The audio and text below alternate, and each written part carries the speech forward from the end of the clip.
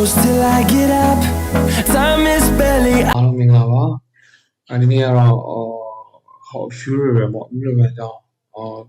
တင်ကြပြသွားပြီပါခင်ဗျအခုကတော့page break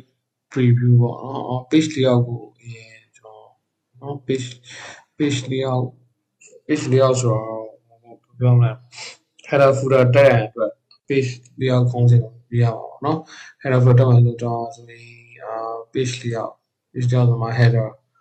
အောက်ဆုံးမှာ footer နော်header footer တက်ရှင်ရင်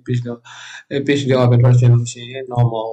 ပဲနေရမှာ page break preview ဆိုတော့page number ရော page 3 ရော page 4 page 5 ရောကျွန်တော်ရှိသင်ခန်းစာတင်သွားဒီမြားလေးကိုမှတ်မိမှာမသိဘူးအဲ့လိုမျိုးအဲ့သူကအဲ့လိုမျိုးဟိုဘယ်လိုပြောမလဲအိမ်များမှမဟုတ်ဒီစီးပြရပါတော့ဒီမှာဆိုရင်တော့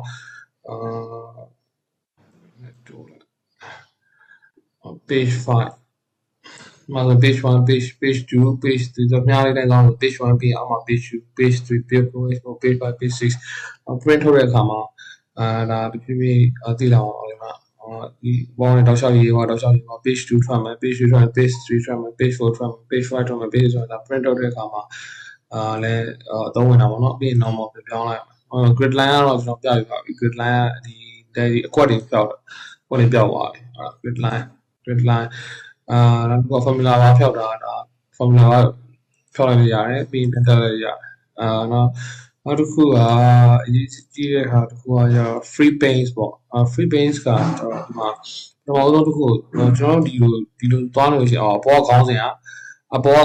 Monday Tuesday Thursday ဆိုတာကျွန်တော်မသိရတော့ဘူးဒါဆိုဘယ်နေ့လဲဒါက Monday Tuesday Thursday ကိုမှန်းလို့ရတယ်တခြားခေါင်းစဉ်ဆိုကျွန်တော်မှန်းလို့မရ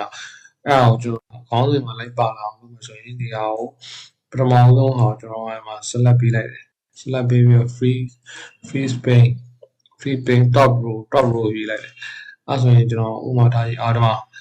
ကျွန်တော်တို့အောက်ဆင်းဝါးလဲအပေါ်ခေါင်းစဉ်ကတော့သူ့တိုင်ရှိနေတာပဲပေါ့နော်ဟိုအောက်ဆင်းဝါးလဲခေါင်းစဉ်ကသူ့တိုင်ရှိနေတာပဲသူခေါင်းစဉ်ကပျောက်မသွားဘူးဥပမာ Friday ဆို Friday ရောက်ကတန်းပြီးတော့လိုက်အောင်မယ်ပို့ပြီးတော့လောက်ရ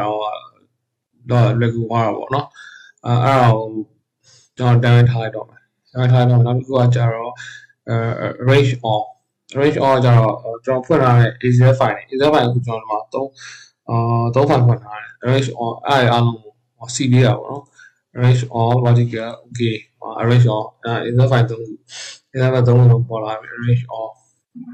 အဲ့တော့ range on ပေါ့နော် range on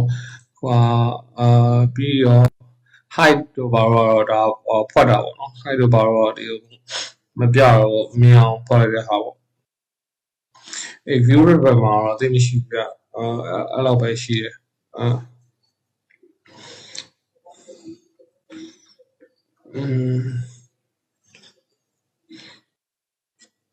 အားလုံးအဆင်ပြေပါစေကျေးဇူးအများကြီးတင်ပါတယ်နော်